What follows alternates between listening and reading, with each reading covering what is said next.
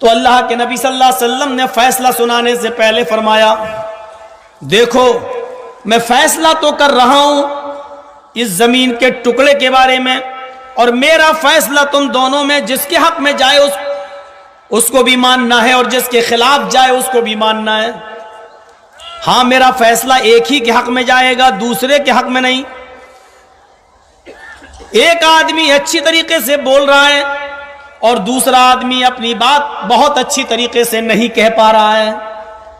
ایک آدمی چرب زبان ہے، وہ اپنی بات بہت اچھی طریقے سے سمجھا لیتا ہے مجھے، دوسرا آدمی بول تو رہا ہے لیکن بہت اچھی طریقے سے اپنی بات نہیں سمجھا پا رہا ہے مجھے۔ ہو سکتا ہے کہ زمین کا مالک وہ ہو جو بہت اچھی طرح نہ بول پا رہا ہو، اور میں زمین اس کو دے دوں جو اچھی طرح بول کے سمجھا رہا ہے، اس کی دلیلیں سن کر، اس کی چرب زبانی دیکھ کر، لیکن وہ اچھی طریقے سے جانتا ہے یہ زمین میری ہے یا نہیں ہے۔ میرا فیصلہ اگر غلط ہو جائے تو اتنا یاد رکھنا اس دنیا میں تو اس کو زمین مل جائے گی، لیکن آخرت کے اندر اس کا ٹھکانہ کیا ہوگا۔ یہ کہہ کر آپ نے زمین کا فیصلہ سنا دیا، تمہاری بات زیادہ سمجھ میں آ رہی ہے، یہ زمین میں تمہیں دے رہا ہوں،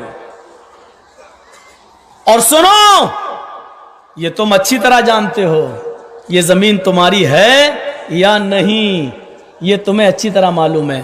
اگر اس زمین کے حقدار تم نہیں ہوئے تو میں تمہیں زمین کا ٹکڑا نہیں دے رہا ہوں۔ انما ہی قطعۃ من النار فلیاخذھا فلیترکھا، بخاری کے الفاظ ہیں، چاہو تو اس کو لے لو، چاہو چھوڑ دو، یہ میں جہنم کا ٹکڑا تمہیں دے رہا ہوں۔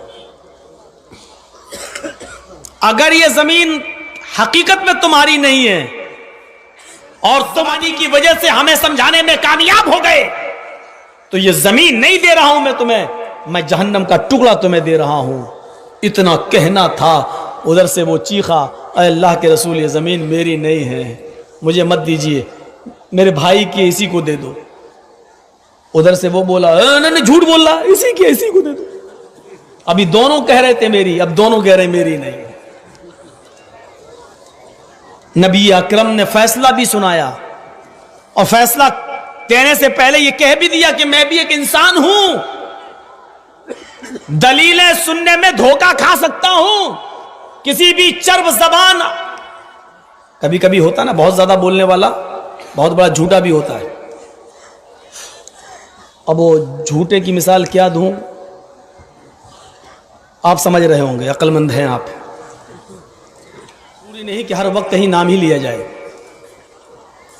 اتنی سمجھداری اپنے اندر پیدا کریے کہ بغیر نام کے بھی سمجھنے کی کوشش کیجئے۔ 20 سالوں سے میں آ رہا ہوں، میرے اشارے نہیں سمجھ پا رہے ہیں آپ لوگ، تو کچھ عقل مندی اپنے اندر بھی پیدا کریے۔ اگر پوری دنیا میں جھوٹ کا مقابلہ ہونے لگے کہ جھوٹے کو سب سے بڑا مقابلہ، سب سے بڑا انعام ملے گا، تو بھارت نمبر 1 پہ آئے گا۔ سمجھ گئے نا؟ اپنی بات سمجھانے میں کامیاب ہو سکتا ہے جھوٹا، لیکن اس کو اچھی طرح معلوم ہے یا نہیں۔ تو اللہ کے رسول نے کہا میں دے رہا ہوں لیکن حقیقت میں تمہاری نہیں۔ تو دیکھیے مال کی حفاظت، کیونکہ سب چاہتے ہیں کہ میرے مال پر کوئی قبضہ نہ کرے۔ اب آپ جانتے ہیں اگر یہ جھوٹا ہے اور دھوکے سے اس کو میں زمین دے گیا تو یہ لے جائے گا، لیکن اس کو یاد دلا دوں کہ تم اس کا حق مار رہے ہو، اس کے دل میں نہیں ہے کہ کوئی میرا حق مارے، اس لیے اس کو بھی تسلی دے رہے ہیں آپ۔ یہ مت سمجھنا کہ تیرا حق یہ مار کے کامیاب ہو جائے گا، وہ رہے گا تو جہنم میں، سوئے گا تو جہنم میں، کھائے گا تو جہنم میں، اور اس زمین کے ٹکڑے پر اگر موت آئی تو مرے گا بھی جہنم۔ اس کو بھی تسلی۔ یہاں تو اپنے سگے بھائیوں کی زمینوں پر قبضے کرنے اسی جلسے میں بیٹھے ہوں گے 50 لوگ۔ مولانا جرجیز کی تقریر سن کر دودھ کے دھلے ہوئے ہو گئے، سیدھے جنت الفردوس میں چلے جائیں گے، چاہے کتنی زمینوں پہ قبضہ کرا ہو، دودھ کے دھلے ہوئے ہو جائیں گے۔ کیوں؟ مولانا جرجیز کی تقریر سن لی، جنتی۔ نبی اکرم کا فیصلہ کسی ناحق کو حقدار نہیں بنا سکتا. مولوی جرجیس کی تقریر کسی کو جنتی اور جہنمی نہیں بنا سکتی. تو عمل ہے، عمل سے زندگی بنتی ہے، جنت بنتی ہے. عمل سے زندگی بنتی ہے، جنت بھی جہنم بھی. یہ خاکی اپنی فطرت میں نوری ہے نہ ناری. عمل ہے بس جو کچھ. تو مال کی حفاظت اس طریقے سے اللہ کے رسول نے بتائی، بلکہ 2 قدم آگے بڑھ کے کہا کہ اپنے مال کی، اپنے بیوی کی، اپنے بچوں کی حفاظت کے لیے کسی سے لڑو نہیں، اپنے گھر میں رہو. لیکن اگر کوئی تمہارے گھر میں گھس کر تمہاری بیوی پر، تمہارے بچوں پر، تمہارے مال پر اگر حملہ کرے تو تم اس سے لڑ جاؤ، پہلے مت لڑو. لیکن تمہاری آبرو، تمہارے مال پر زبردستی قبضہ، اگر یہ صورتحال پیدا ہو جائے تو ہمارا مذہب، ہماری شریعت یہ کہتی کہ لڑ جاؤ. وہ ہتھیار سے لیس ہے پھر بھی لڑ جاؤ، تمہارے پاس کچھ نہیں ہے پھر بھی لڑ جاؤ. من قتلا، جو مارا گیا، جو قتل کیا گیا، کس میں؟ اپنے بیوی اور بچوں کی حفاظت میں. اگر لڑتے لڑتے وہ مر گیا تو تم شہید کہلائے جاؤ گے، اور اگر تم نے اس کو مار دیا تو تم مجرم نہیں ہوگے، تمہیں مارنے کے عوض قتل نہیں کیا جائے گا. پھر فرمایا مال و دولت، اپنے دولت کی حفاظت کے لیے تم لڑ جاؤ. اگر تم نے لڑتے لڑتے اس کو مار دیا تو تم مجرم نہیں، لڑتے لڑتے تم قتل کر دیے گئے تو تمہیں شہادت کا درجہ دیا جائے گا. اٹھائیے، یہ ہمیں اسلام نے بتایا. یعنی مال، اور جہاں تک عزت و آبرو کی کوئی نہیں چاہتا. ہم مسلمان ہیں، ہم نہیں چاہتے کہ میری عزت کو سرے بازار رسوا کیا جائے. آپ ہندو ہیں، چاہتے کہ کوئی میری عزت کو سرے بازار رسوا کرے. آپ عیسائی ہیں، آپ بھی نہیں چاہتے کہ کوئی میری عزت کو سرے بازار رسوا کرے. جب کوئی نہیں چاہتا تو اسلام دین فطرت ہے، وہ بھی یہ کہتا ہے کہ تم کسی کی عزت و آبرو کو چھلنی چھلنی نہیں کر سکتے. بلکہ اللہ کے رسول ایک مرتبہ گزر رہے تھے، چند صحابہ کو بیٹھا ہوا دیکھا، وہ ماعز ابن مالک الاسلمی کی برائی کر رہے تھے، اور کہا کیا؟ دیکھو ماعز ابن مالک الاسلمی نے زنا کر لیا اور اللہ کے رسول کو بتا دیا کہ میں نے زنا کیا. اللہ کے رسول نے ان کو قتل کروا، پتھروں سے مار مار کے ہلاک کر دیا. کتے کی موت مرا ماعز. ماعز نے اگر اللہ کے رسول کو یہ بات نہ بتائی ہوتی تو ماعز کو پتھروں سے مار کے ختم نہیں کیا جاتا. آج وہ ہمارے سامنے ہوتا، کھیل رہا ہوتا، ہم لوگوں کے بیچ زندہ ہوتا.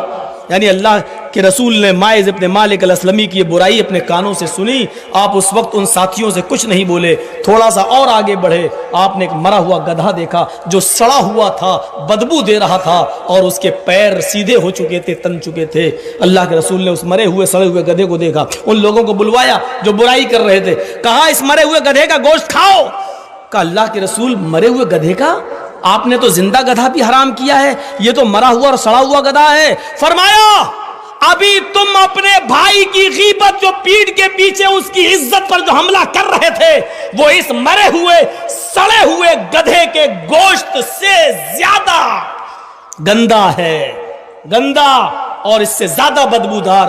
جب تم اتنا بدبودار گوشت کھا سکتے ہو تو اس کو کھانے میں کیا حرج ہے؟ دیکھ رہے ہیں عزت و آبرو کی کیسی حفاظت ہو رہی ہے. پیٹھ کے پیچھے کسی کی برائی کرنے کو اللہ کے رسول کتنی گندی بات بتا رہے ہیں. کہہ رہے ہیں کہ اپنے مرے ہوئے بھائی کا گوشت غیبت کرنا پیٹھ کے پیچھے کسی کی سڑے ہوئے گدھے کے گوشت سے زیادہ بری ہے. عزت اور آبرو کی حفاظت بھی اسلام بتاتا ہے. ہنسا کہاں پھیلتی ہے؟ جب آپ ہماری جان کو جان نہ سمجھیں، اپنی جان کو جان سمجھیں، ہنسا پھیلے گی. اپنے مال کو آپ اپنا مال سمجھیں، میرے مال کو آپ کوئی درجہ نہ دیں، ہنسا پھیلے گی. اپنی عزت و آبرو کو عزت و آبرو سمجھیں اور میری عزت و آبرو کو عزت و آبرو نہ سمجھیں، چھلنی چھلنی کریں تو ہنسا پھیلے گی. ہنسا کے دروازوں کو، فساد کے دروازوں کو اسلام نے بند کر دیا.